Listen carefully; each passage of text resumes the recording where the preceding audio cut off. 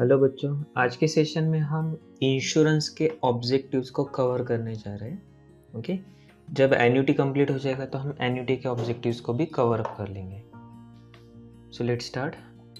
थोड़ा सा थ्योरी हम फिर से देख लेते हैं। Life is full of risk. Risk is due to uncertainty. It involves a loss or some other undesirable or negative outcome. काहे कि life is full of risk. Life में बहुत रिस्क होती है। रिस्क क्यों होती है? क्योंकि अनसर्टेनिटी होती है।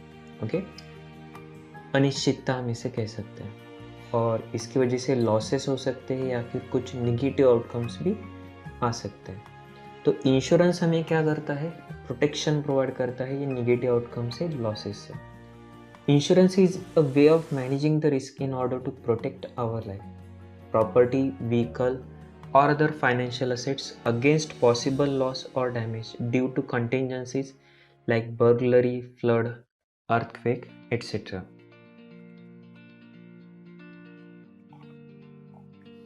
Now, insurance is a legal contract between an insurance company, that is insurer, and a person covered by the insurance, insured. ये एक लीगल कॉन्ट्रैक्ट है दो पर्सन के बीच में, इंश्योरर एंड इंश्योर्ड के बीच में। ठीक है। Insurance is of two types, life insurance and general insurance. ना लाइफ इंश्योरेंस जहाँ पे पर्सन की लाइफ कवर होती है, और जनरल इंश्योरेंस जिसमें लाइफ पॉलिसी छोड़कर, मतलब general insurance cover all types of insurance except life insurance. Life insurance को छोड़ के बाकी सारे इंश्योरेंस जनरल इंश्योरेंस में कवर होते हैं। Okay, to insure properties like building, factories and godowns containing goods against a possible loss, total or partial due to the fire, earthquake, etc.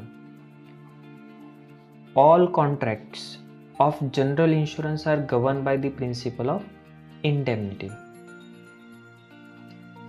which state that an insured may not be compensated by the insurance company in an amount exceeding the insured economic loss. As a result, an insured person cannot make profit from an insurance policy. Now, indemnity के contract होते हैं। इसका मतलब क्या? Indemnity word का मतलब होता है प्रोटेक्शन फ्रॉम लॉस। इंडेमनिटी ये वर्ड का मतलब ही स्पेसिफिकली क्या है? प्रोटेक्शन फ्रॉम लॉस है।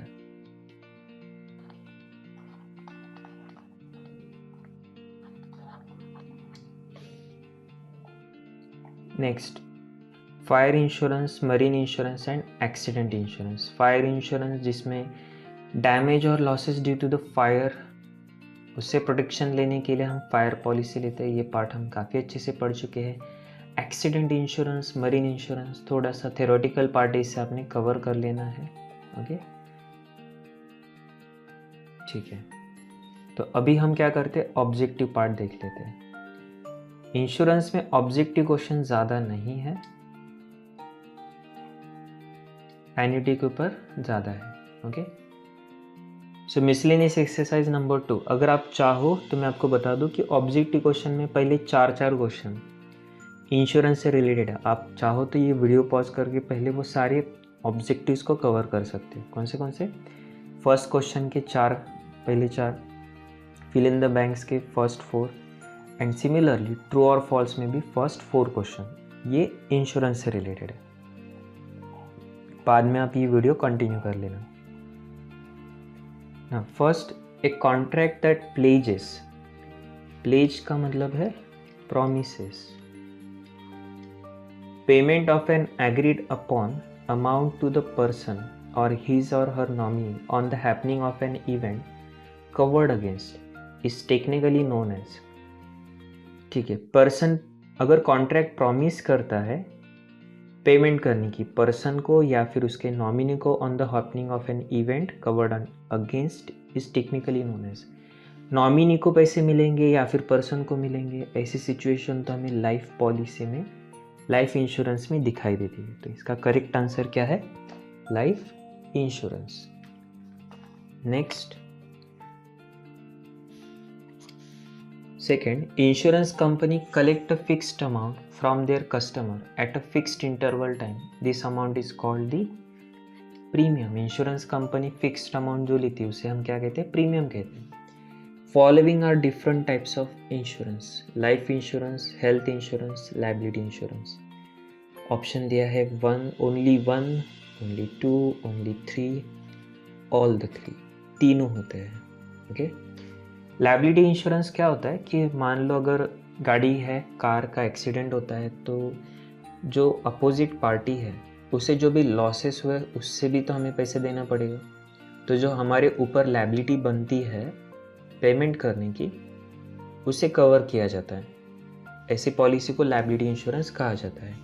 Number 4, by taking insurance an individual reduces the risk of an accident, reduces the cost of an accident, transfer the risk to someone else, and D, convert the possibility of large loss to certainty of small one.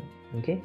अब इसमें जो है ना थोड़ा सा confusion हो सकता है कि क्या क्या होना चाहिए। देखो इसमें ए और सी जो है ना वो तो ऑटोमेटिकली कट हो जाएंगे, क्योंकि reduce the risk of accident, हमने इंश्योरेंस निकाला, इसका रिस्क कम हो गया ऐसा नहीं, एक्सीडेंट होने का जो है वो तो हो ही सकता है। तो पॉलिसी लेने से एक्सीडेंट की रिस्क कम नहीं हो जाती है। और ट्रांसफ़र द रिस्क, हम किसी और के ऊपर रिस्क ट्रांसफ़र कुछ हद तक कह सकते हैं लेकिन पूरा नहीं। ओके, रिस्क पूरी ट्रांसफ़र नहीं होती है। Reduces the cost of an accident, cost accident की कॉस्ट कम करना। और D, convert the possibility of large loss to certainty of small one. अभी बी ऑप्शन और डी ऑप्शन दोनों सिमिलर लगते हैं। ओके, वैसे है भी सेम मीनिंग देखते तो, लेकिन ज़्यादा बेस्ट ऑप्शन इसका जो है ना ये D, convert the possibility of large loss to certainty of small one. जो लार्ज लॉस होने की जो पॉसिबिलिटी है ना उसे कम किया जा सकता है। सो इसका आंसर है करेक्ट ऑप्शन, ऑप्शन डी। इसके आगे के सारे ऑब्जेक्टिव जो है वो एन्युटी से रिलेटेड है। ठीक है, तो अभी फिल इन द ब्लैंक्स हम देखते हैं। An installment of money paid for the insurance is called, क्या कहेंगे हम इसे, प्रीमियम कहेंगे। Okay, general insurance cover all risk except life. Third, value of insured property is called, क्या कहते हैं हम इसे, property value. Property value of insured property, जो प्रॉपर्टी इंश्योर्ड की है उसकी value means property value. The proportion of property value to insured value is called policy value. Okay, जितना प्रोपोर्शन हमने इंश्योर किया है उसे हम कहते हैं पॉलिसी वैल्यू। अगेन बाकी के एन्युटी से रिलेटेड है। और state whether following is true और false. First, general insurance cover life, fire and theft, क्या लगता है इसका आंसर क्या होना चाहिए, फॉल्स। देखो ये फायर एंड थेफ्ट को कवर करता है, ये ट्रू है, लेकिन लाइफ को कवर नहीं करता है, इसलिए false. The amount of claim can not exceed the amount of loss, जो आप क्लेम करते हो वो लॉस से ज़्यादा नहीं होना चाहिए, यस इट इज़ ट्रू। जितना हमने क्लेम किया है, मतलब कंपनी हमें कितना पे करती है, जितना लॉस हुआ है उतना देगी, उससे ज़्यादा कभी नहीं देगी। Okay, true. Third, accident insurance has a period of 5 years, accident insurance 5 साल की लेता है, नहीं, फॉल्स। जनरल इंश्योरेंस नॉर्मली सिर्फ 1 साल का होता है। ओके, वैसे आप 5 साल तक भी निकाल सकते हो, लेकिन नॉर्मल केस में अगर पूछते हैं तो वो बाय डिफ़ॉल्ट 1 साल का होता है। Fourth, premium is the amount paid to the insurance company every month, या रेगुलर पेमेंट हम इसे करते हैं। वैसे मंथली होना चाहिए ऐसा कोई ज़रूरी नहीं, ईयरली भी हो सकता है, हाफ ईयरली भी हो सकता है। वैसे स्टेटमेंट तो ट्रू है। तो यहाँ पे हमारा इंश्योरेंस से रिलेटेड ऑब्जेक्टिव का पार्ट कंप्लीट होता है। नेक्स्ट सेशन से हम एन्युटी स्टार्ट कर देंगे। ठीक है।